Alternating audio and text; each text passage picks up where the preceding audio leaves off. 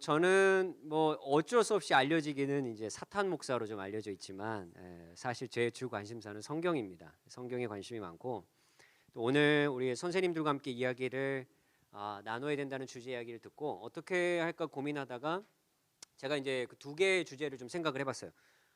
혹시 넘겨주시나요? 아니면 제가 넘겨줄까요? 예. 그래 성경 읽기에 대한 이야기인데요. 우리 성경 읽기는 사실 이야기를 많이 들어보셨을 겁니다. 많이 들어보셨을 건데 성경 읽기에 대한 이야기를 넘어서서 제 나름대로 나라는 그리스도인의 한 사람으로서의 성경 읽기와 그리고 우리 아이들과 그러니까 교사와 아이들이 함께 읽어야 되는 성경 읽기로서 이 두 가지를 초점으로 오늘 성경 읽기에 대한 이야기를 한번 나눠보도록 하겠습니다. 한국 교회만큼 사실 성경을 많이 읽고 빨리 읽는 나라가 굉장히 드뭅니다. 이게 원래 안 그래야 되는데 내가 성경을 몇 독했다가 굉장히 자랑거리이자 내 신앙이 너보다 낫다라고 말하는 이게 평가 기준이 돼버린 이상한 이 전통이 한국 교회에 있는데 사실 좋은 건 아니죠. 근데 그만큼 우리는 성경 읽기를 굉장히 사랑합니다.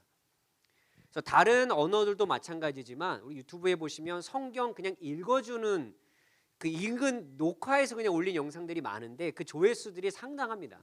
그러니까 이렇게 틀어놓고 다니시는 거죠. 그만큼 듣는 것도 굉장히 좋아하고 읽는 것도 좋아하시고 굉장히 좋아합니다. 그런데 이제 성경 읽기를 우리가 왜 좋아할까? 그리고 우리는 성경을 왜 읽어야 할까? 이런 부분을 교회에서 많이 들어보셨겠지만 저는 조금 다른 맥락에서 이 성경 읽기에 대한 이야기를 오늘 좀 해보려고 합니다. 먼저는 나입니다. 나에게 그리스도인으로서 성경 읽기는 왜 중요한가? 제가 주변에 여쭤보면요, 성경을 읽는다는 게 여러분에게 어떤 의미이세요? 이렇게 여쭤보면 많은 분들이 성경은 그리스도인의 양식이잖아요. 이 대답을 제일 많이 하세요. 그래서 성경을 먹어야 된다. 그러면서 이제 어떻게 먹는 건지 아마 그런 설교들을 많이 들어보셨을 텐데 그 양식이지 않습니까? 당연히 먹으면 양식이 되고 양식은 내 몸에 어떤 결과를 일으킵니까? 나에게 건강을 주기도 하고 뭐 아니면 뭐 잘못된 요소가 있으면 또 회복되기도 하고 그렇게 양식은 우리 몸에 전체적으로 영향을 주죠. 그런 이야기가 히브리서에도 그대로 있습니다. 히브리서 4장 12절을 보니까요. 너무 유명한 말씀이죠. 하나님의 말씀은 살아있고 활력이 있어 좌우의 어떤 날성검보다도 예리하여 혼과 영과 및 관절과 골수를 찔러 쪼개기까지 하며 또 마음의 생각과 뜻을 판단합니다. 자, 마음의 뜻과 뭐 여러 부위를 쪼갠다. 뭐 이런 이제 이야기들 아마 설교를 많이 들어보셔서 너무 내용을 잘 아시겠지만 마음과 뜻과 생각을 잘 판단한다는 건 결국 우리가 어떻게 살아가야 하는지에 대해서 하나님이 잘 알려주신다라는 이야기로 우리가 이해할 수 있지 않을까 생각을 합니다. 성경을 자꾸 읽고 그게 나에게 체내화되다 보면 어떤 삶을 만날 때 그래 하나님은 이런 방법을 원하시지 않을까 이런 고민을 그래도 좀 더 하게 된다는 거죠. 근데 우리의 삶에 그런 신앙적인 요소가 없다면 이런 고민 자체를 우리가 안 하고 그냥 살아가니까 성경 읽기는 우리에게 그렇게 중요합니다. 그런데 우리가 이 본문에 대해서만 아마 이야기를 많이 들어보셨을 거지 이와 관련한 구약의 이야기를 많이 들어보지 못하셨을 거예요. 근데 구약의 이야기 중에서도 우리들에게 굉장히 많이 외면받았던 성경 하나가 있습니다. 바로 예레미야 애가예요. 예레미야 애가는 제가 두 번째 쓴 책인데 저는 예레미야 애가에 대한 굉장한 그 애착이 좀 있습니다. 왜냐하면 그 제가 이 책을 혹시 보신 분들은 아실 수 있지만 제가 이 책을 쓰게 된 계기를 앞부분에 좀 써놨는데요. 제가 이 책을 쓰게 될 때는 미얀마에서 군부 쿠데타가 일어났을 때입니다. 그리고 거기에 있는 사람들의 소식을 간혹 가다가 선교사님들을 통해서 듣는 경우들이 제가 있었는데 제가 소식을 전해 들은 바는 거의 다 똑같았어요. 정부에서는 지속적으로 그 인터넷을 차단을 시키려고 하고 그 상황에서 이들이 살아남으려고 하는 그들의 어떤 노력이나 그 굉장히 파괴된 자기의 삶의 일상들을 이제 가끔 보면 너무 마음이 아픈데 제가 갈 수가 없잖아요. 그리고 가더라도 제가 해줄 수 있는 게 없잖아요. 그럼 난 무엇을 할 수 있을까라고 생각을 했는데 이 예레미야 애가가 어느 날 문득 제게 다가오기 시작을 했습니다. 그래서 나라가 망하고 성전이 무너졌는데 예레미야는 무엇을 할 수 있었을까? 애가를 보니까 그냥 운 거예요. 계속. 그러니까 저도 제가 할 수 있는 일이 그거밖에 없었고 아울러 미얀마 쿠데타가 일어났을 때에는 우리나라와 전 세계적으로 코로나를 경험하고 있었을 때입니다. 저를 비롯해서 수많은 사람들이 어려움을 겪고 있었던 그런 상황이었습니다. 그러니까 제 가까이 지내는 사람들도 어려움을 겪는데 제가 할 수 있는 일이 아무것도 없어서 애가를 보다 보니 내가 그들 위해 울어줄 수는 있지 않나.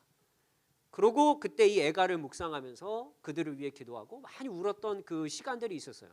근데 내가 이 묵상하고 연구했던 이 본문을 원고로 좀 정리해보자라고 해서 그냥 글로 제 나름대로 정리하고 있었었는데 그때 한 출판사에서 그 내용을 보시고 이건 책으로 냈으면 좋겠다고 해서 책으로 나오게 됐습니다. 근데 거기 본문에 보면 2장 14절에 이런 내용이 있어요. 내 선지자들이 내게 대하여 헛되고 어리석은 묵시를 보았으므로 내 죄악을 드러내어서 내가 사로잡힌 것을 돌이키지 못하게 하였도다.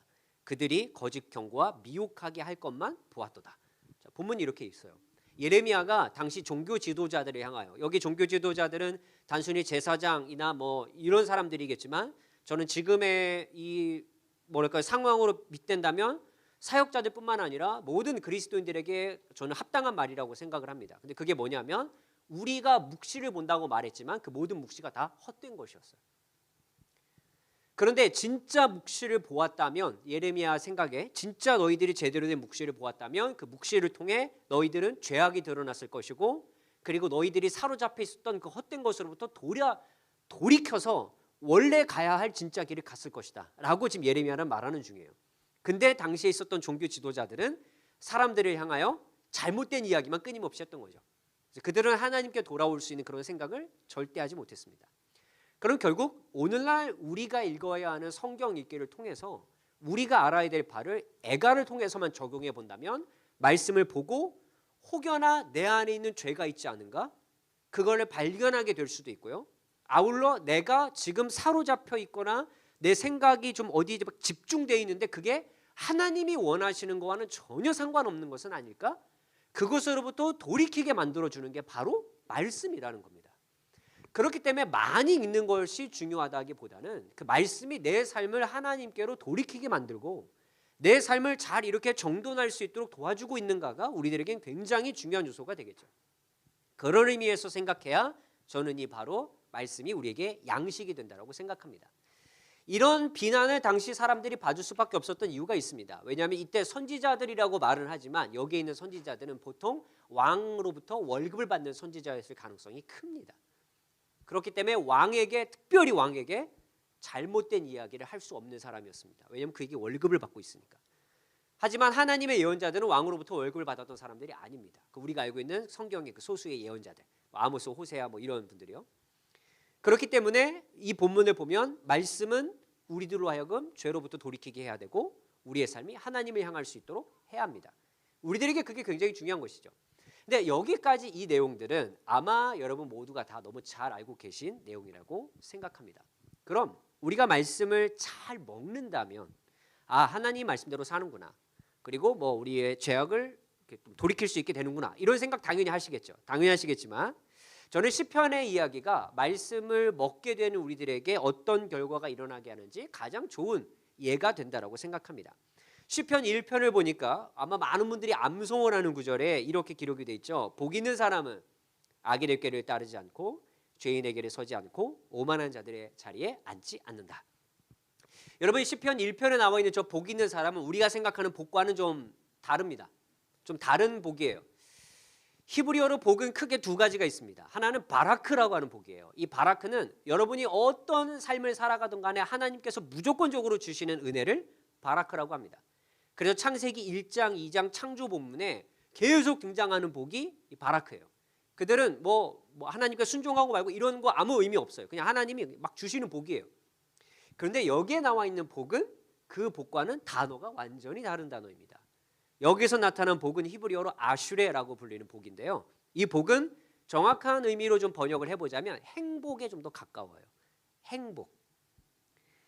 근데 행복이라는 말이 또 무엇인지 우리들에게는 또 여러 가지 생각을 하게 하죠. 그리고 제가 맨 위에 한 줄을 띄워놨지만 복 있는 사람은 이렇게 해서 마치 뭔가 가정법처럼 시작하는 문장이 아니라 이 문장을 히브리어 그대로 한번 직역을 해보자면 그 사람은 행복한 사람이에요 라고 약간 선포하는 문장으로 시작해요. 그 사람은 행복합니다.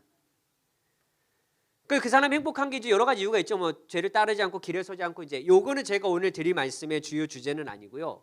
행복한 사람이 어떤 사람이냐에 대해서 이제 시편 1편은 쭉 이야기를 하는데 그 중에 이 말씀과 관련된 이야기가 나와요. 2절에 오직 여호와의 율법을 즐거워하며 그 율법을 주야로 묵상합니다. 근데 묵상이라는 또 이 단어가 한국 교회에 딱 정착한 어떤 이 굉장히 토착화된 단어예요. 그러다 보니까 우리는 여러분 묵상에 행복합니다 하니까 빨리 묵상집을 사서 오늘 거 묵상하고 거기 뭐 기도도 적고 이렇게 하면 나 오늘 묵상했으니까 라고 이제 생각을 하는 게 우리에게 굉장히 중요한 요소가 돼버렸어요. 그러다 보니까 저도 예전에 그랬는데 묵상집을 많이 모아놓고 그걸 딱 보고 있으면 굉장히 뭔가 뿌듯했습니다 제가. 근데 한 반은 비어있어요 안 해가지고. 그냥 모으는 거죠 쫙 그냥. 근데 어느 날 이게 얼마나 무의미한 일인가, 짐만 되고 그런지 제가 싹 버렸던 그런 기억이 있는데, 우리에게 묵상이 너무 이게 토착화되어 있는 것 같아요. 근데 이 묵상은요 단순히 이렇게 큐티 책을 보는 정도가 아니에요. 히브리어에서 말하는 건. 제가 그래서 밑에 조금 부족한 실력으로 히브리어 단어 그대로 직역을 해봤어요. 그럼 직역은 외관하면 좀 딱딱하기 때문에 한글로 이렇게 번역할 때 잘 안 써요. 근데 직역은 그 단어의 본질적 의미를 좀 알게 해주니까 좀 딱딱하지만, 오직 또는 오히려 야훼의 율법에, 이 야훼는 조금 더 여호와의 그 히브리어 발음에 가까운 발음이에요. 여호와의 율법에 그의 즐거움이 있어요. 하나님의 말씀. 그러니까 여기는 율법이지만, 왜냐면 이 당시에는 율법밖에 없었잖아요. 근데 우리는 66권의 성경이 있잖아요. 그 하나님의 말씀에 내 즐거움이 있어요. 벌써 여기서 우리는 저는 좀 66권이 너무 즐겁다 그러시겠죠? 나는 성경 자체가 내게 너무 즐겁다. 내 삶의 즐거움은 오직 성경이다. 다 그러시지 않겠습니까? 그죠? 내 삶은 도파민을 팍팍 쏟아내는 유튜브가 아니라 나의 즐거움은 성경에 있다. 이런 분이 행복한 사람이라고 말해요. 시편은. 즐거움이 있어서 뭘 하냐면 낮과 밤에 그 하나님의 말씀을 읊조린다예요. 읊조린다. 이 묵상하다라는 히브리어가 하가인데요. 이건 읊조리다예요. 그러니까 읊조리는 게 뭐냐면 중얼중얼거리는 거예요. 중얼중얼. 이제 유대인들은요 성경을 암송을 많이 합니다. 암송을. 그래서 중얼중얼거리기가 되게 쉬운데 우리는 암송하는 구절이 많지 않으니까 중얼중얼거리기가 좀 어렵지만 그냥 이 본문을 보면서 중얼거려도 괜찮아요. 중얼중얼거리는 거예요. 근데 왜 중얼중얼거리까? 이제 이게 중요한 거 아니겠습니까? 중얼중얼거리는 이유가 있어요. 하나의 예를 들어볼게요. 만약에 저희가 아침에 일어나서 꼭 내가 오늘 아침에 나가기 전에 챙겨야 될 게 있다. 예를 들어 그게 텀블러다. 텀블러면 텀블러 챙겨야 돼. 텀블러 챙겨야 돼. 그럼 챙겨야 너무 기니까 텀블러 이러고 일어날 때부터 계속 텀블러 해봐요. 그럼 과연 텀블러를 안 챙겨 나갈까요? 그러면 그분 그럴 수도 있겠지만 그분은 여기까지만 하겠습니다. 웬만하면 챙겨 가시겠죠. 텀블러 하면 챙겨 가겠죠. 그러니까 그들이 읊조리는 이유는 잊어버리지 않기 위해서예요. 잊어버리지 않기 위해서. 근데 우리에게 이 말씀 자체가 주는 도전이 있잖아요. 우리는 평소에 하나님 말씀을 잊지 않기 위해서 우리는 무슨 노력을 하라는 거죠? 우리는. 그러니까 많이 읽고 많이 보고 많이 듣고는 하는데 그걸 내 삶에서 잊지 않으려고 노력하는 건 우리들에게 좀 많이 부족하다는 이야기죠. 저부터 시작해서. 근데 말씀을 잘 먹고 그리고 말씀이 내 안에 역사하고 그 말씀 때문에 행복해하는 사람들은 거기 일단 즐거움이 있어서 잊어버리지 않으려고 계속 읊조리는 삶을 성경은 말해주고 있는 거예요. 이게 굉장히 사실 중요한 내용이죠.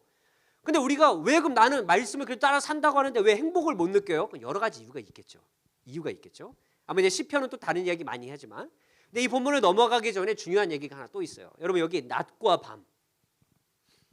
밤이라는 히브리어가 있습니다. 얘네 둘이 같이 등장할 때가 되게 많아요. 우리 이제 주야로 보통 번역을 하죠. 낮과 밤인데 이 두 개가 같이 나오면 낮과 밤이라고 번역할 경우가 많고요. 또 다른 의미로 번역할 때가 있어요. 또 다른 의미로. 그 어떤 의미가 있냐면 낮은 내가 좋고 행복하고 기분 좋고 이럴 때예요. 밤은 외롭고 괴롭고 고난 있는 시기를 말해요. 그러면 어떻게 됩니까? 본문에서 말하는 건 내 하나님 말씀에 나의 즐거움이 있기 때문에 내가 상황이 굉장히 기분이 좋을 때에도 아니면 너무 막 처져 있을 때에도 나는 주의 말씀을 중얼중얼거려요. 이게 중요한 거죠. 또 우리에게 너무너무 중요한 요소예요. 우리는 언제 말씀을 보통 많이 읽습니까? 여러분 언제 보통 말씀을 많이 읽으세요? 아니면 이렇게 읽으려고 하세요? 시간이 여유가 좀 있을 때. 그죠? 또 다른 이유도 있으세요? 힘들 때, 그죠? 힘들 때도 보시고. 힘들 때 근데 또 보통 위로의 말씀 많이 보시지 않겠습니까? 힘들 때 욥기 보시는 분 계세요? 그럼 별로 없잖아요. 그죠? 일단 멀리 하고 싶은 성경이잖아요. 욥기 이런 거요. 저희 어머니도 옛날부터 성경을 참 많이 보셨던 것 같아요. 제가 중학교 때는 이렇게 성경이 지금처럼 종류가 많지 않아서 제가 어렸을 때 기억을 되짚어 보면 집에 어머니가 보셨던 성경은 옆에 표지가 빨간색 그리고 세로로 돼 있는 성경. 예, 저희 어머니 때는 그거를 많이 보셨던 것 같아요. 저희 어머니가 어렸을 때부터 그런 얘기 많이 하셨어요. 자기가 성경을 쭉 보다가 항상 여기 읽어야 될까 말아야 될까 고민하는 성경이 있대요. 그 어디냐면 요한계시록. 왜 보면 굉장히 위험할 것 같다고 안 보시더라고요. 거기를 잘. 근데 요즘에는 제가 볼 때 욥기가 사람들에게 굉장히 또 이게 약간 이렇게 소외받는 것 같고 구약을 전공한 제 입장에서 가장 아쉬운 건 한국 교회에서 가장 설교가 되지 않는 본문 중에 하나가 또 예언서예요. 예언서. 예언서 중에서도 저기 뒤편에 짧은 예언서 있죠. 하박국, 스바냐, 뭐 여기 삭개, 스가랴 이쪽은 거의 설교가 안 돼요. 왜냐하면 망한다 이야기가 너무 많아서. 예, 계속 망한다예요. 그래서 여러분 제가 하조교회는 잘 모르겠어요. 교회들 중에서 수요 예배나 또는 특히 이제 새벽 예배 때 교회 성도분들과 전체적으로 하는 묵상집으로 새벽 예배 설교하는 교회가 꽤 많이 있거든요. 예를 들면 생명의 삶이 이제 우리 교회 전체적으로 하는 묵상집이다. 그러면 생명의 삶 오늘의 말씀이 있잖아요. 그게 이제 새벽 예배 그 설교 본문으로 정해지는 경우가 되게 많아요. 그런데 이제 제 친구들이 이제 대부분 다 목사님이시거나 아니면 이제 뭐 담임 목사님 몇 분 계시고 그러다가 묵상집으로 새벽 예배를 하는데 욥기가 걸렸다. 아니면 소예언서가 나타났다. 그럼 전화가 자주 와요. 예를 들어 저 친구가 전화하면 원이야 아모스가 이번 본문인데 무슨 설교를 해야 돼? 아니 담임 목사님이시 네가 알아서 해야지 그걸 나한테 왜 물어봐? 그랬더니 아니 어제 분명히 망한다 설교를 했는데 오늘 또 망한대잖아. 이거 내가 뭐라고 말해? 그러니까 뭐 우리도 고민이에요 사실. 목사인 우리도 고민이죠. 안 그렇겠습니까? 우리도 고민인데 이게 성도분들 얼마나 어렵겠어요 사실 이 본문들이. 근데 그건 좀 뒤로 하더라도 우리가 그래도 성경을 찾아보잖아요. 필요한 말씀들이 있으니까. 그런데 우리가 아까 말씀하신 것처럼 내 시간적 여유가 좀 있고 내가 그래도 힘들어서 의지처가 필요할 때 성경을 찾아요. 아마 많은 분들이 그럴 겁니다. 근데 그 상황을 벗어난 다른 상황에서 성경을 우리가 잘 찾지 않아요. 왜냐하면 성경을 살려고 내가 그 말씀을 따라 살려고 해보자 하는 어떤 마음이 내 안에 좀 부족해서 그럴 수도 있고요. 아니면 내가 바쁘고 중요한 일들이 먼저 있기 때문에 성경을 항상 뒷전일 경우들이 많은 거죠. 그러다 보니까 성경을 많이 먹지 못해서 우리에게 나타나는 몇 가지 결과들이 있어요. 오늘 제가 그건 잠시 후에 말씀을 좀 드려보도록 하겠습니다. 어쨌든 이 말씀은요. 시편 1편의 이 시인이 말하는 건 하나님 말씀을 잃어버리지 않으려고 내가 좋을 때든 나쁠 때든 늘 그렇게 읊조리며 살아가 보니까 거기에 내가 행복이 있다는 걸 발견했어요. 라고 우리에게 말하는 것 같아요. 1편이 굉장히 중요하겠죠. 근데 이분에게는요. 이런 결과가 삶으로도 나타났나 봐요. 삶으로. 3절을 보여드릴게요. 그는 시냇가에 심은 나무가 철을 따라 열매를 맺으며 그 잎사귀가 마르지 아니함 같으니 그가 하는 모든 일이 다 형통하리로다. 일단 우리는 여기 보면 윗구절은 잘 안 들어오고 형통하리로다 여기 딱 들어와서 말씀을 보면 삶이 형통해지는구나 이렇게 생각을 많이 합니다. 물론 그것도 틀린 말은 아니지만 우리가 생각하는 형통과 여기가 생각하는 형통은 완전히 다른 단어예요. 또 근데 그 형통을 이해하기 위해서는 윗부분을 이해해야 되겠죠. 여러분 상상을 한번 해볼게요. 여기에 나무는 하나님 말씀을 듣는 사람이에요. 살아가려고 애쓰는 사람. 하나님께서 시냇가에 심은 나무가라고 말을 하시지만 시냇가에 심겨진 나무입니다. 수동태형이에요. 그러니까 나무를 이렇게 들어다가 시냇가에 이렇게 딱 갖다 놓는 거예요. 근데 그 시냇가가 어디냐면 물이 끊임없이 공급이 돼서 나무가 아주 편안하게 자랄 수 있는 바로 거기입니다. 거기다 딱 가져다 놔요. 그랬더니 열매를 맺고 그 다음에 잎사귀가 마르지 않아요. 얼마나 좋은 인생입니까? 근데 한번 상상을 해보십시오. 나무가 열매를 맺으면 그 열매는 누가 먹습니까? 네, 사람이 먹고요. 동물도 먹고 뭐 지나가는 새도 먹고 나중에 결국 뭔가 남아야 아니면 잎사귀가 좀 떨어져야 땅에 거름이 돼서 조금 그나마 이 뿌리로부터 영양분을 공급받겠지만 진짜 중요한 열매는 다른 내가 아닌 다른 존재가 먹어요. 근데 그게 시편을 이 1편을 노래한 시인은 행복하대요. 내가 최선을 다해서 열심히 뭔가 노력을 해서 내가 열매를 맺었는데 열매를 다른 사람이 먹어요. 여러분 행복하세요? 저는 별로 행복하지 않습니다. 내가 여기에 지금 어떤 노력을 그런데 제가 이 본문을 먼저 연구하고 나중에 사탄을 연구해 보니까 연결점이 있어요. 연결점이 있어요. 그 연결점 중에 하나가 굉장히 또 서론적 얘기가 많아져야 되는데 그 연결점 중에 하나가 이게 있어요. 왜 우리는 그리스도인들은 사랑해야 된다라고 말을 하면서 내가 갖고 있는 이 뭔가 쥐인 것으로부터 이렇게 펴는 것을 왜 이렇게 힘들어할까? 펴는 걸 힘들어할까를 제가 고민을 많이 해보고 성경을 보니까 아주 원초적인 이유가 있었던 것 같아요. 그 이유가 뭐냐면 내게 삶에 현재 주어진 것, 그 다음에 내 열매를 맺은 것, 이 모든 게 다 나의 노력으로 이루어졌다고 생각하는 게 90% 이상이면 이거를 못 놉니다. 근데 하나님의 은혜가 강권적으로 내 안에 있었기 때문에 내게 지금 이런 은혜가 있다는 걸 고백하는 사람은 이걸 필 수 있어요. 왜? 내가 한 게 아니니까. 그러니까 결국 하나님의 은혜를 느끼냐 느끼지 못하는 사람, 경험하느냐 경험하지 못하는 사람에 따라서 이런 결과가 나타날 수 있는 것 같아요. 그럼 결국 이런 현상들 때문에 다른 사람이 내 열매를 먹어도 내가 기뻐하고 행복할 수 있는 건 결국 하나님의 은혜라는 걸 깨달은 사람이어야 이게 행복할 거예요. 하나님의 은혜라는 걸 내가 어떻게 압니까? 그거를 출발점으로 삼는 게 성경인 거예요. 우리들에게 그렇게 생각하게끔 만들어주니까. 그래서 성경은 그냥 우리의 영적인 생활에만 도움이 될 것 같지만 실제로는 우리가 살아가고 어찌 보면 내 정체성을 형성하고 내 삶의 고민의 여러 요소들에서 우리들에게 좋은 답을 줄 수 있는, 아니면 좋은 고민의 결과들을 마련해 줄 수 있는 그 출발점이 저는 성경이라고 말씀드리고 싶어요. 그러다 보니 우리 개인에게도 성경이 너무 중요합니다. 그럼 이스라엘에 바로 실질적으로 그들이 이 성경은 어떻게 역사를 했을까 한번 살펴볼게요. 여호수아를 보면요, 가나안 땅에 들어가기 직전에 있었던 1장의 이야기가 있습니다. 모세는 죽고 이제 여호수아를 통해 가나안에 들어가야 돼요. 그런데 몇 가지 문제가 있습니다. 일단 이들은요, 애굽에서 노예 생활을 하다 나온 사람들이기 때문에 전투에 임할 수 있는 사람이 과연 얼마나 될까 잘 모르겠어요. 근데 가나안은 들어가기 전에 여리고 성을 일단 넘어야 되고요. 그리고 여기는 일단 무기 자체가 좀 달랐던 사람들이에요. 그렇기 때문에 아마도 싸워서 이기는 건 쉽지 않은 일일 수 있을 거예요. 그래서 어찌 보면 좋은 전략이 필요하다라고 말하는 게 그 사람들 사이에서는 제일 좋은 안건이었을 거예요. 전략이 뭐예요? 아마 하나님이 그걸 주셔야 형통하다라고 우리는 생각을 했을 겁니다. 하나님께서는 여호수아 1장 8절에서 말씀하시기를 이 율법책에 내 입에서 떠나지 말게 하고 주야로 그것을 묵상하여 그 안에 기록된 대로 다 지켜 행하라. 그리하면 내 길이 평탄하게 될 것이다. 아니 지금 우리에게 필요한 건 전략이라니까요. 왜 모세가 준 그 율법을 갑자기 왜 묵상하라 그래요? 자, 그런데 이게 바로 거기서 전쟁을 이기고 말고 그 너네들이 지금 중요한 게 아니라 그건 내가 알아서 할게. 왜냐면 이건 약간 전제로 깔려 있는 거죠. 근데 중요한 건 너희들이 이제 거기 가서 새로운 삶을 살아가야 하잖아. 유목민에서 정착민으로, 노예에서 정착민으로, 돌아다니던 사람에서 정착민으로. 정체성이 달라진단 말입니다. 예를 들면 우리가 교회를 다니기 전과 교회를 다니기 후 좀 정체성이 달라지지 않았습니까? 세례를 받기 전과 세례를 받은 후, 뭐 제자훈련이면 제자훈련을 받기 전과 후, 아니 혹시 직분을 받으신 분이 계시다면 내가 집사가 되기 전과 후, 권사가 되기 전과 후, 장로가 되기 전과 후, 뭐 저희들 같은 경우에는 전도사가 되기 전과 후, 목사가 된 전과 후, 우리 정체성이 달라집니다. 근데 나는 그런 변화가 분명히 요소들이 있었음에도 내 정체성에 별로 변화가 없는데요. 그러면 오늘 교사 모임이 끝나고 목사님께 상담을 받으시기를 추천드립니다. 변해야 돼요, 정체성은. 이들에게 삶의 모든 요소가 달라지기 때문에 정체성이 중요한데 그 정체성에 가장 중요한 요소를 미치는 게 바로 말씀이에요.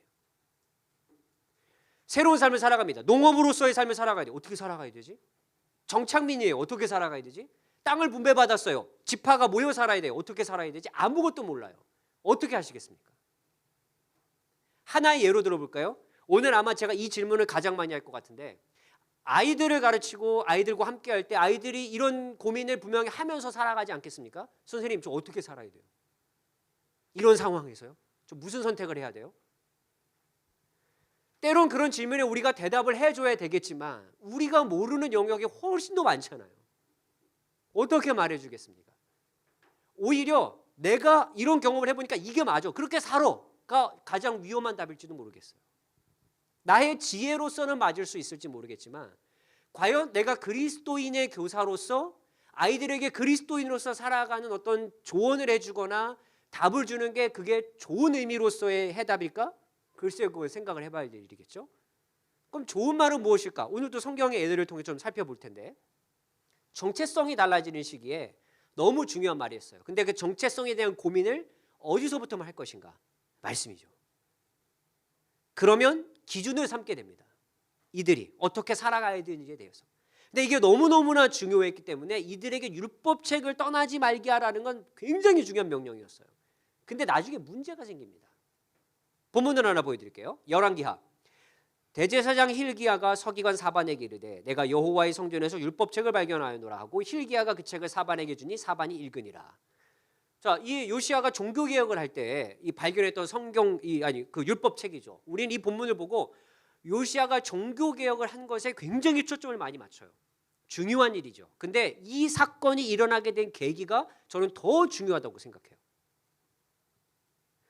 자, 이 본문은 이전에 제가 왜 중요하다고 말씀드리고 싶은지 신명기의 말씀을 보여드리면 아마 여러분 이해하실 텐데 잘 생각해 보십시오. 신명기 17장. 그가 왕위에 오르거든 이 율법서의 등사본을 레위 사람 제사장 앞에서 책에 기록하여 평생 자기 옆에 두고 읽어 그의 하나님 여호와의 경외하기를 배우며 이 율법의 모든 말과 이 규례를 지켜 행할 것이니라. 자, 이 본문이 왕들이 세워지기 전에 이미 주어졌고 왕들이 세워지고 나서 한참 있다가 요시야 시대 때 율법책을 발견했대요. 무엇이 문제일까요? 여러분이 보시기에 이 두 본문을 비교하면요. 문제가 있지 않습니까? 어떤 게 문제냐면요. 왕위에 오르기 전에 율법책을 떠나지 말게 하라는 명령이 주어지고 요시야는 한참 지나야 나오는 왕이거든요. 그동안 율법책을 왕 옆에 두지 않았다는 이야기예요. 어디에 있는지도 모르다가 성전을 수리하다 갑자기 나온 거죠, 얘가. 그럼 그 전에 왕들은요. 율법책을 옆에 두지 않았기 때문에 하나님이 생각하는 관점으로 세상을 살아가고 통치할 관심이 그들에게 아예 없었던 겁니다. 그랬더니 그 왕들이 다 엉망진창이었잖아요. 요시야가 발견하고 율법책을 읽으니까 어떻게 돼요? 우리가 잊어버렸던 게 무엇인지를 깨닫고 막 종교개혁을 그때부터 하는 거잖아요. 그러니까 말씀이 가까이 있지 않았을 때 내 삶에는 특별한 영향이 없겠지라고 생각하겠지만 바로 이런 일들이 우리에게 발생할 수 있다는 겁니다. 말씀을 곁에 두지 않으면 나는 하나님의 생각하는 그 어떤 관점으로 살아갈 관심과 생각이 아예 없다는 겁니다. 제가 청소년 부서를 사역하고 있을 때 그때 20대를 넘기지 않은 20대를 조금 넘긴 어떤 교사 선생님이 저희 부서의 선생님으로 계셨습니다.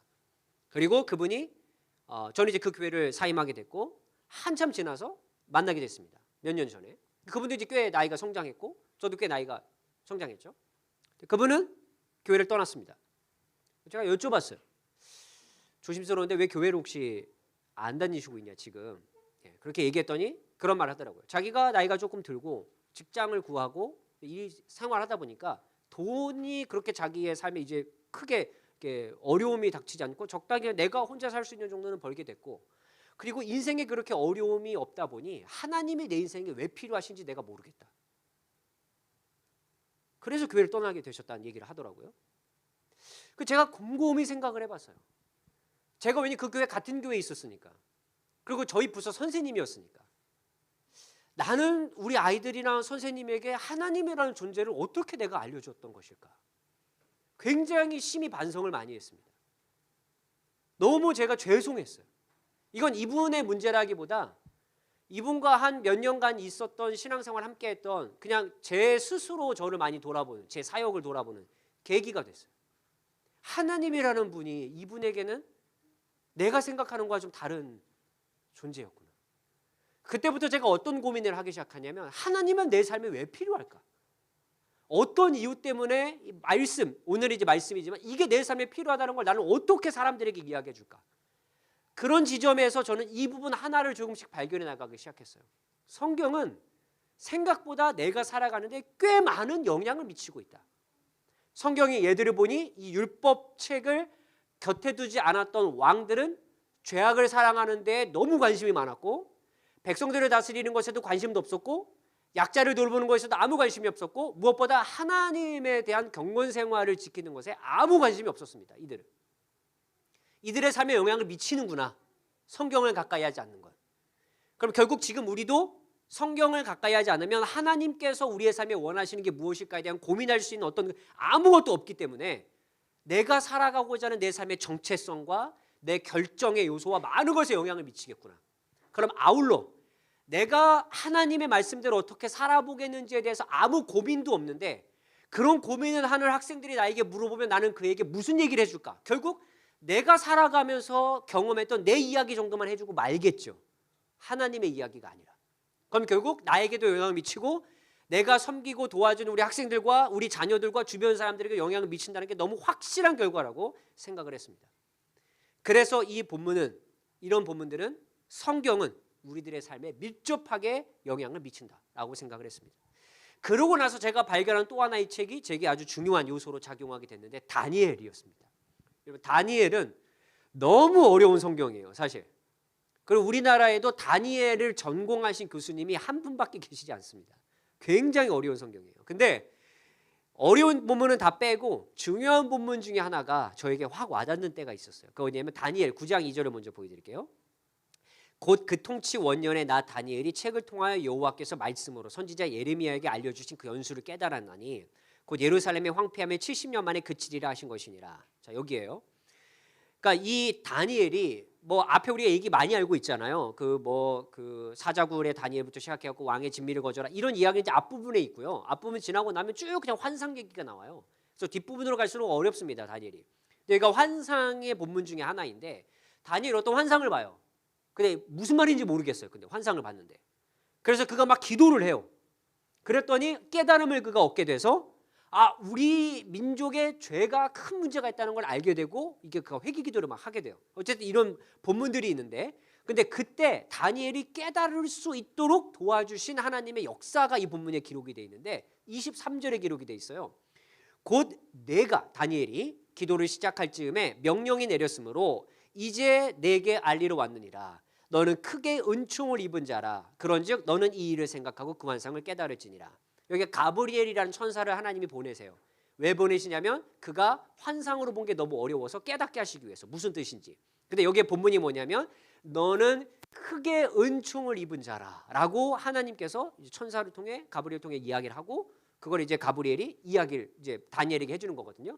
근데 크게 은총을 입은 자라라는 번역도 너무 좋은데 저는 다른 번역을 좀 선호해요. 그 다른 번역이 뭐냐면 너는 정말 사랑스러운 사람이야 라고도 번역을 할 수 있어요. 그럼 그가 하나님 은총을 입은 사람이든 그가 하나님이 정말 사랑스럽게 보는 사람이든 왜 그는 사랑스럽게 볼 수 있는 사람이었고 왜 은총을 입은 사람이었을까요? 제가 생각해 봤을 때 다니엘은요 이미 여기 바벨론 땅에 끌려왔고요.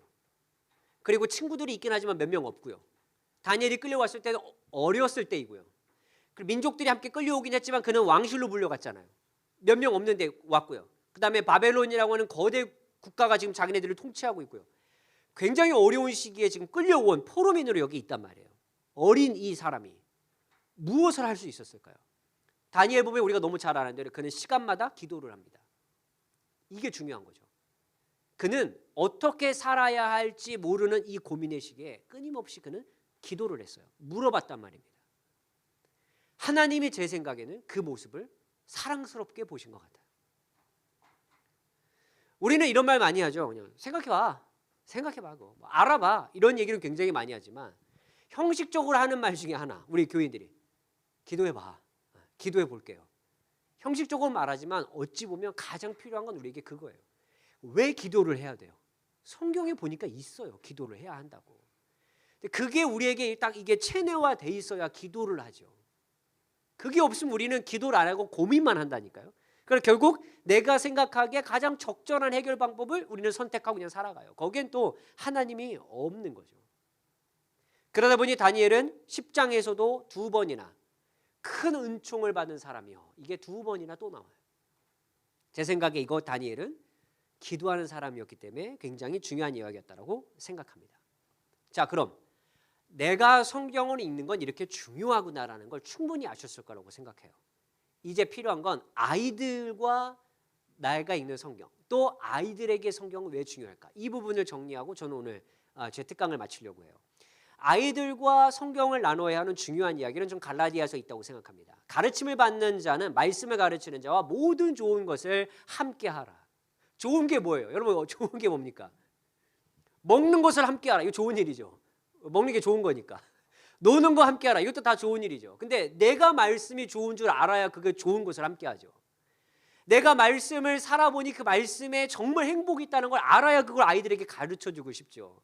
나도 말씀에 관심이 없고 나도 말씀을 등한시하고 나도 그냥 큐치텍 모으는 사람인데 뭐 내가 아이들에게 이게 뭐가 좋다고 말해주겠어요. 야, 말씀 보면 뭐하냐? 그 고민밖에 없다. 너 욥기 봐라, 엉망진창이지. 우리 그냥 예수 믿으면 계속 힘들어. 이렇게 말하면 뭐 이게 좋은 거가 될 수 없죠. 좋아야 좋은 걸 가르쳐줄 수 있죠. 그럼 우리가 나는 선생님으로서 아이들에게 어떤 방식의 성경 읽기를 그럼 내가 이제 구체적으로 해야 될까요? 이 좋은 거라면. 자, 그 실천 방법을 하나씩 알려드리도록 하겠습니다. 첫 번째, 한글을 잘 읽으셔야 합니다. 이게 무슨 말이에요? 이게 무슨 말이에요? 한글을 잘 읽어야 돼요. 왜냐면 한글이 어렵습니다. 한글이 어려워요, 생각보다. 이게 개역개정이 지금 우리가 보고 있는 성경이잖아요. 근데 지금 새한글 성경이 또 나오고 있잖아요. 새한글 성경 나온 걸 제가 이미 좀 봤거든요. 그래도 어려워요, 이 한글이. 쉽지가 않습니다. 근데 단어가 중요한 것도 있겠지만 우리가 가지고 있는 어떤 어디서 들어본 것 같은데 라고 하는 오해와 이게 막 쌓여 있어서 우리가 좀 모르는 것들이 있어요. 자, 제가 성경 퀴즈 하나 내볼게요. 솔로몬이 기브온 산당, 성전이 짓기 전이니까 기브온 산당에서 1000번제를 드립니다. 1000번제. 뭐 이건 퀴즈가 아니에요. 왜냐면 1000번제는 무엇일까요 하면 이제 거의 다 아시니까. 1000번제는 매일 해서 1000일 동안 한 게 아니라 한 번에 1000마리의 예물을 드린 게 1000번제입니다. 1000번제를 드렸어요. 하나님이 나타나세요. 꿈에. 무엇을 내게 주기 원하느냐? 가장 제가 원하는 응답이에요. 여러분도 그런 거 아닙니까? 안 그러세요? 전 굉장히 세속적이라 하나님 꿈에 나타나서 무엇을 원하느냐 딱 이랬으면 좋겠어요. 딱 그냥 얘기할 것 같아요, 뭔가를. 근데 솔로몬이 그걸 경험해서 너무 부러워요. 무엇을 원하느냐? 그럴 때 솔로몬이 대답을 하잖아요. 무엇을 원합니까, 그가? 지혜를 원합니다. 다른 의견 있으세요? 예? 아, 목사님 말씀하지 마세요. 목사님 안 됩니다. 우리 지혜로 알고 있어요. 왜요? 성경 퀴즈를 우리가 이렇게 냈었으니까요. 우리 냈었으니까. 근데 제가 본문을 벌써 이걸 띄우면 어떡합니까? 본문을. 예, 본문을 보니까 듣는 마음을 종에게 주사 선악을 분별하게 해주십시오라고 기록이 되어 있어요. 지혜가 아닌데요? 지혜가 아닌데 어떻게 됩니까 이거? 우리가 그렇게 들어왔어요. 우리 아이들에게 그렇게 내왔고 저도 그렇게 성경 퀴즈로 선물을 받아왔어요. 지혜로 답을 해서.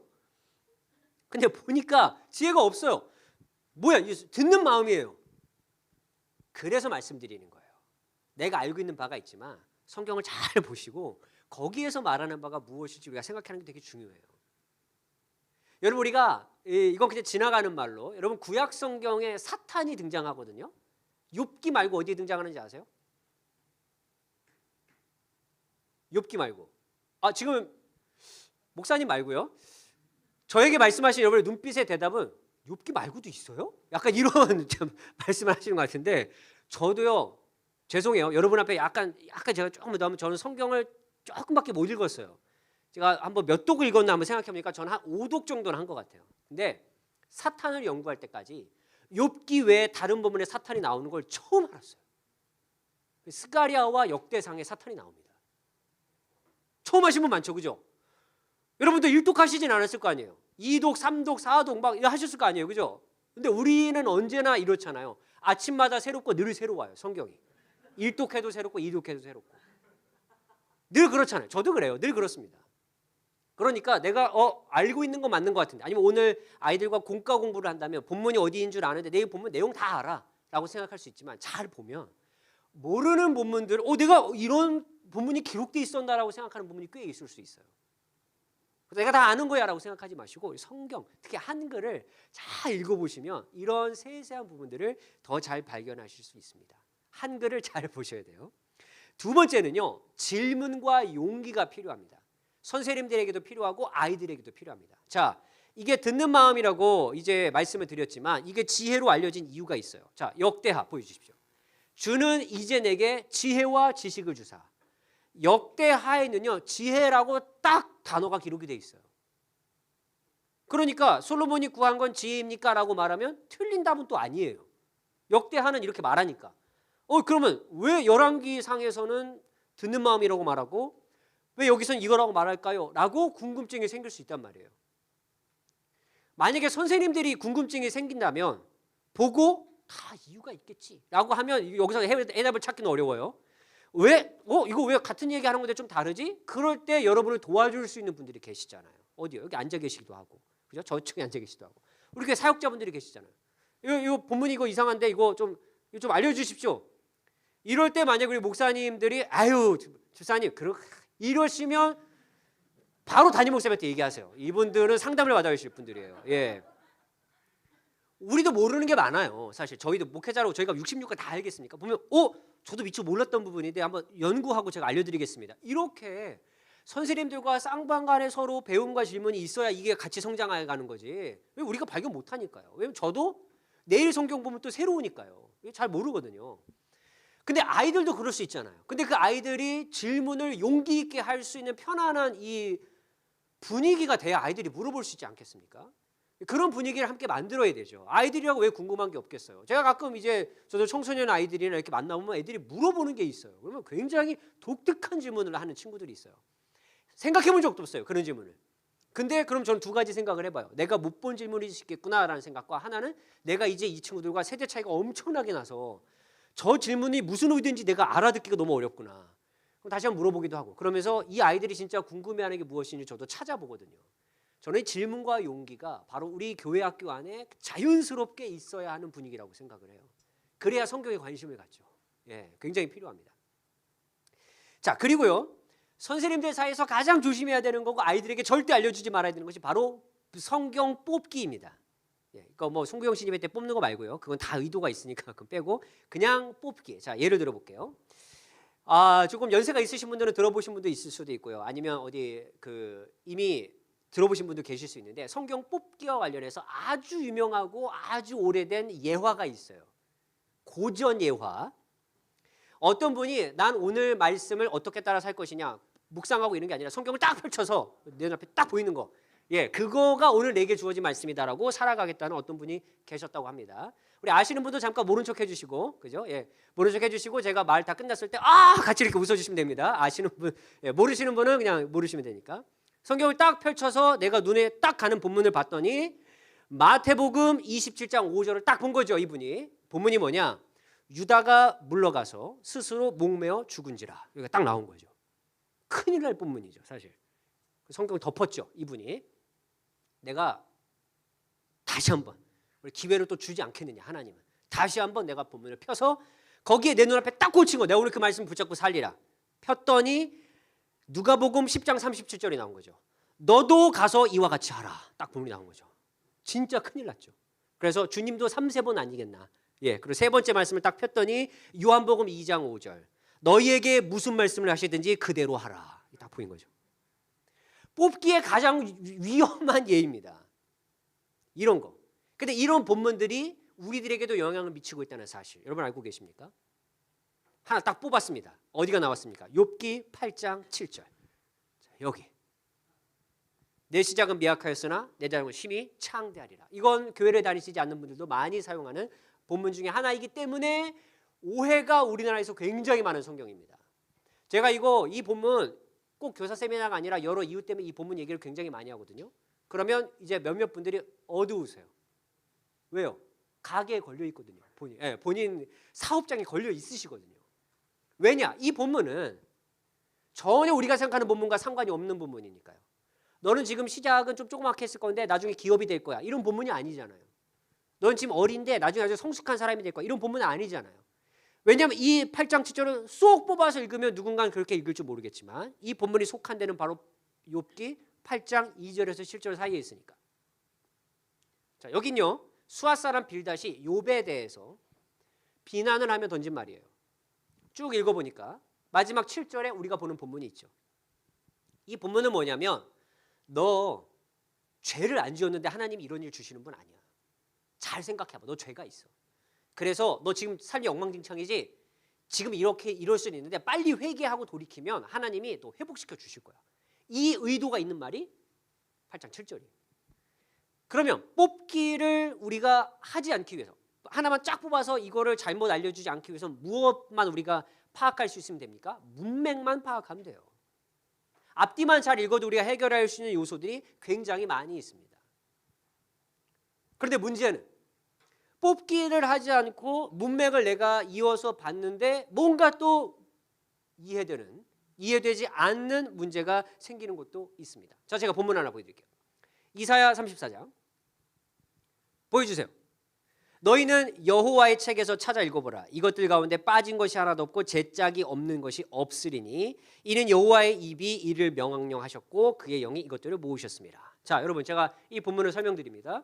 이 본문은 하나님께서 말씀하신 내용들을 책에서 읽어보라는 거잖아요. 빠진 것도 없고 다 짝이 있다는 말씀이잖아요. 그죠? 그러면 하나님께서 우리에게 구약 성경을 주셨고 신약 성경을 주셨으니까 분명히 이 두 본문 사이에는 연결점들이 굉장히 많이 있기 때문에 그 연결점들을 잘 찾아서 읽고 그 의도를 파악하는 것이 하나님께서 이 구약과 신약 성경을 주신 뜻이기 때문에 우리가 그걸 잘 알아야 한다라는 본문으로 이해하시기를 바랍니다. 라고 제가 여러분에게 말씀드리면 여러분 저의 말씀을 받아들이겠습니까? 안 받아들이시겠습니까?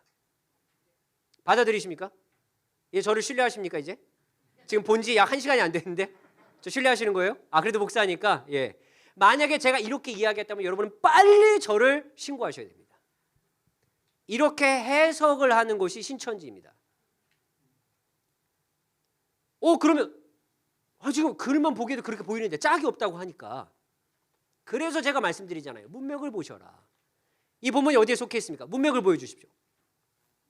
여기 보니까 들짐승이 이리와 만나고 수염소가 동류를 부르고 올빼미가 삶고 부엉이가 있고 솔개들도 짝이 있고 이러고 난 다음에 16절이 나와요.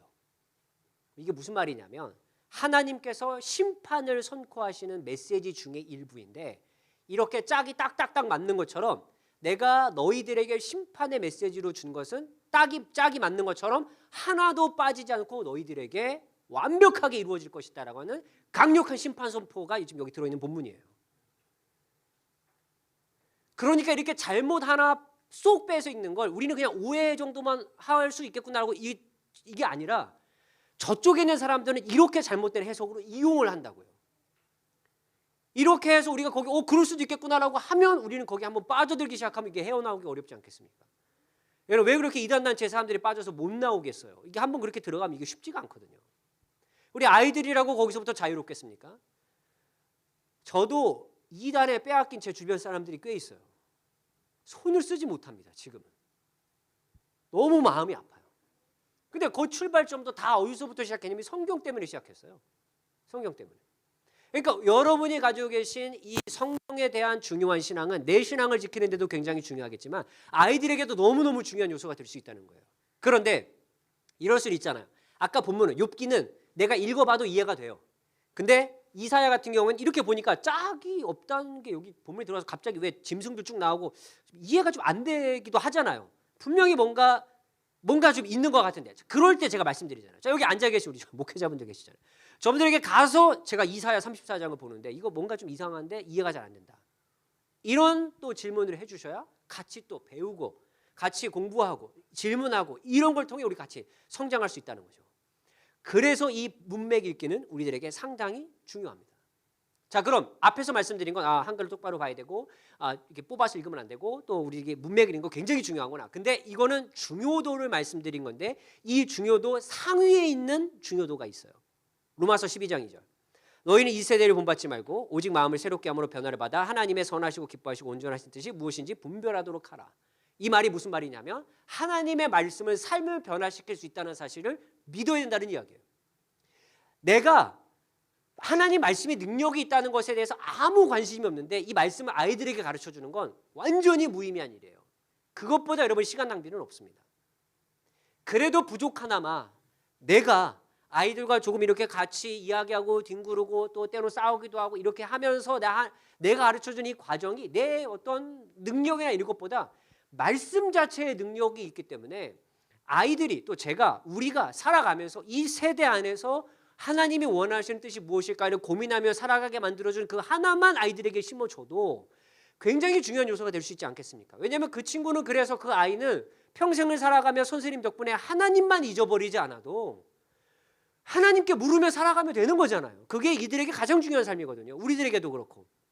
그러려면 말씀이 결국 우리의 삶을 변화시킨다는 걸 내가 믿고 아이들에게 알려줘야, 그리고 내가 그 사실을 믿어야 나에게도 변화가 생기고 아이들에게도 변화를 줄 수가 있습니다. 그러니까 끊임없이 내가 본문을 공부해야지 중요해요. 근데 좀 부족하면 어떻습니까? 나를 통해 하나님이 사용하실 텐데 내가 좀 말을 수려하게 아이들에게 설명하지 못해도 어떻습니까? 그 말씀 자체가 그 아이에게 역사하면 되는데 우리가 그걸 믿고 기도하면 되는데 거기에 우리에게 우선순위가 되지 않겠습니까? 그게 가장 저는 중요한 내용이라고 생각하기 때문에 말씀 자체가 가지고 있는 힘을 믿으십시오. 거기를 의지하십시오. 그럼 하나님이 역사하시기 시작합니다.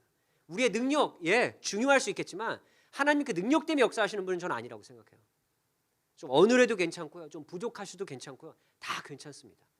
하나님이 여러분을 사용하시는 데는 아무 문제가 없습니다. 마지막으로 드리고 싶은 말씀은 결국 그 말씀을 이렇게 중요하고 뭐 살아가고 여기에 가장 중요한 건 결국 나예요. 나. 자, 창세기 24장을 보여드릴게요.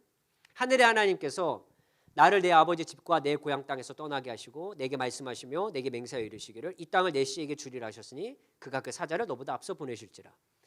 아브라함이 자기 아들의 그 아내를 위해서 며느리를 위해서 종을 고향 땅으로 보내는 그 장면이에요. 근데 그때 종이 물어봐요. 아니 주인이시여 뭐 이름이 뭔지 아니면 뭐 누구의 딸인지 뭐라도 좀 알려줘야 제가 가서 뭘 좀 해오지 않겠습니까? 예를 들면 제가 우리 이각규 목사님하고 상당히 친한데요. 이각규 목사님한테 제가 여기 들어오기 전에 부탁을 하나 했다고 예를 들어 볼게요. 목사님 저 여기 GS25 편의점에 오다가 있던데 거기서 좀 사다 주세요. 이거예요. 뭐가 궁금합니까? 뭘 사다 줘야 되는 거예요? 당연히 종이 이렇게 물어본 건 너무 당연한 말이에요. 아니 가서 누가 며느리인 줄 알고 내가 데리고 와요. 그때 이제 대답하는 게 아브라함의 이 말이에요. 제가요 저기 갈대아 우르 땅에서부터 나와가지고 여기까지 오는 그 시간 동안을 딱 되짚어 보니까 정리되는 게 하나가 있는데 하나님께서 언제나 나보다 앞서가셔서 인도하셨던 경험이 제게 있습니다. 그런데 그 땅에서 그 아내를 구해와야 되는 걸 하나님이 제게 뭔가 감동을 주신 것 같은데 제가 구체적으로 저는 잘 모르겠어요. 근데 하나님이 당신보다 앞서가셔서 만나게 하실 거예요. 그거 믿고 종이 가요. 저는 이게 우리 선생님들과 부모님 마음속에 그대로 오기를 가장 제가 강조하는 본문 중에 하나가 여기예요. 아이들이 많이 물어보지 않겠습니까? 어떻게 살아야 돼요? 근데 우리도 사실 어렵잖아요. 어떻게 살아야 되는지 우리도 사실 어렵잖아요. 그 아이들에게 야 일단 연봉 많이 주는데 가. 굉장히 지혜로운 말이죠. 그리고 야 그냥 너를 필요로 하는데 가. 이것도 중요한 말이고요. 뭐 너를 찾는 데가 다 중요한 말이에요. 다 중요한 말인데 글쎄 내가 조심스럽게 이런 말을 해줄 수 있긴 하겠지만 내가 좀 경험을 해보니 우리가 사는 인생이 다 각자 다르고 또 그 인생 다 고민하고 있는데 적어도 하나님은 항상 나보다 앞서 가셔서 내가 그 순간순간마다 하나님에 대한 실망도 하고 때로는 원망도 하고 그럴 시기가 있었는데 그분은 내 인생에 실수하신 적이 없더라. 근데 내가 믿고 있는 그 하나님이 너가 믿고 있는 하나님과 동일한 분이야. 내가 너의 삶을 인도하시고 앞서가시는 그 하나님께 같이 기도할게. 우리 그 답을 찾아보자. 그런 얘기 우리가 해줄 수 있지 않겠습니까? 그리고 그의 삶을 하나님이 이끌어 가시는 게 가장 완벽한 방법이잖아요. 내 조언을 따라 살다 망하면 어떻게 해요? 그 다음에 설령 잘 될 수도 있겠지만 잘 되면 또 다 내 탓이라고 생각하고 내가 좋아할 수도 있잖아요. 중요한 건 하나님의 인도하심이죠. 근데 이건 하나의 예고요. 하나의 예고. 결국 내가 경험한 하나님이 있어야 아이들에게 소개를 해줄 수가 있습니다. 내 자녀들에게 소개를 해줄 수가 있고요. 때론 내 자녀, 내가 가르치는 아이만 중요합니까? 우리 하저교회 모든 공동체가 우리는 한 가족과 공동체이기 때문에 우리 모두에게 중요하잖아요. 누가 물어보든 내가 경험한 하나님에 대한 확신과 소망이 있어야 이야기를 해줄 수 있겠죠. 저는 마음을 다해 축복하기를 이 자리에 모여 계신 우리 하저교회 우리 선생님들 또 우리 목회자분들 또 우리 성도분들 모든 분들에게 내가 경험한 하나님이 먼저 있기를 축복합니다. 그리고 그 고민을 우리 공동체와 함께 나눌 수 있기를 바랍니다. 그래서 하저교회 우리 성도님들이 만날 때마다 아니면 아이들과 함께 만날 때마다 제가 잘은 모르겠는데요. 이렇게 하나님이 내 삶을 이끌어 가시는 것 같아요. 제가 그런 걸 조금씩 느껴요. 막 이런 고백들이 이 교회 공동체 안에 막 솟아날 수 있으면 너무너무 좋겠어요. 그러면 그 안에서 하나님의 역사하심을 여러분 마음껏 보시게 될 거예요. 명확하지 않아 보여도 뭔가 그 한 걸음 한 걸음 인도하시는 거. 아브라함도 얼마나 명확한 대답을 주지 못해서 걱정했겠어요. 하지만 가장 확실한 답을 주지 않았을까 생각합니다. 그럼 정리해드려 볼게요. 제가 오늘 말씀드린 이 많은 성경 읽기에 관련된 이야기 내용은 그냥 내가 교사로서 이런 뭐 스킬도 중요하고 이런 거 다 중요할 수 있겠지만 제가 볼 땐 그건 진짜 뭐 기독교 교육의 전문가들이 더 많은 말씀을 해주실 수 있을 것 같고 저는 그 말씀 자체가 우리에게 주는 원론적인 의미를 여러분과 나눴어요. 그 말씀은 생각보다 우리의 삶에 밀접하게 영향을 미칩니다. 아무것도 아닌 것 같지만. 그래서 여러분 말씀을 먼저 경험하십시오. 여러분이 경험하시면 그 말씀에 내 행복과 그리고 즐거움과 기쁨을 둘 수밖에 없게 됩니다. 그럼 여러분의 그 기쁨이 아이들에게 전달될 수 있었으면 너무 좋겠습니다. 그래서 그 말씀이 하조교회 안에서 살아 숨쉬는, 그래서 말씀이 경험되는, 그래서 말씀을 경험한 것이 하조교회 안에 간증으로 막 넘쳐나는, 그래서 정말 하나님의 이 역사가 있을 수밖에 없다라고 막 고백할 수 있는 이런 일들이 우리 교회 학교 안에 특별히 많이 일어날 수 있기를 축복하고 또 그렇게 저도 함께 기도하도록 하겠습니다. 잠시 기도하겠습니다. 하나님, 우리 하조교회 선생님들 모두 한 사람 한 사람을 축복해 주시길 원합니다. 우리가 먼저, 내 자신이 먼저 말씀을 살아낼 수 있기를 원합니다. 말씀이 내게 왜 중요한지, 말씀이 내게 왜 필요한지, 말씀이 내게 왜 양식이 되는지 너무 멀리만 두고 있었는데 이제 그것이 내 삶에 가까이 와서 그 말씀 안에 나의 즐거움을 두고 나의 기쁨을 두고 나의 행복을 두고 살아가게 해주십시오. 그래서 그 말씀이 주는 기쁨을 누림으로 말미암아 우리 아이들과 함께 그 말씀을 나눌 수 있는 것이 또 우리에게 기쁨이 될 수 있도록 도와주셔서 결국 그 말씀을 통해 일하시는 하나님을 우리 교회 학교 안에서 경험하고 그런 간증들이 마음껏 넘쳐날 수 있도록 역사해 주옵소서. 말씀이 살아 움직이는 교회, 말씀이 역사하는 교회, 그래서 하나님의 역사가 넘쳐나서 간증이 넘쳐나는 교회, 우리 하조교회가 될 수 있도록 주여 함께하여 주옵소서. 감사합니다. 역사하실 줄 믿습니다. 예수님 이름으로 기도합니다. 아멘.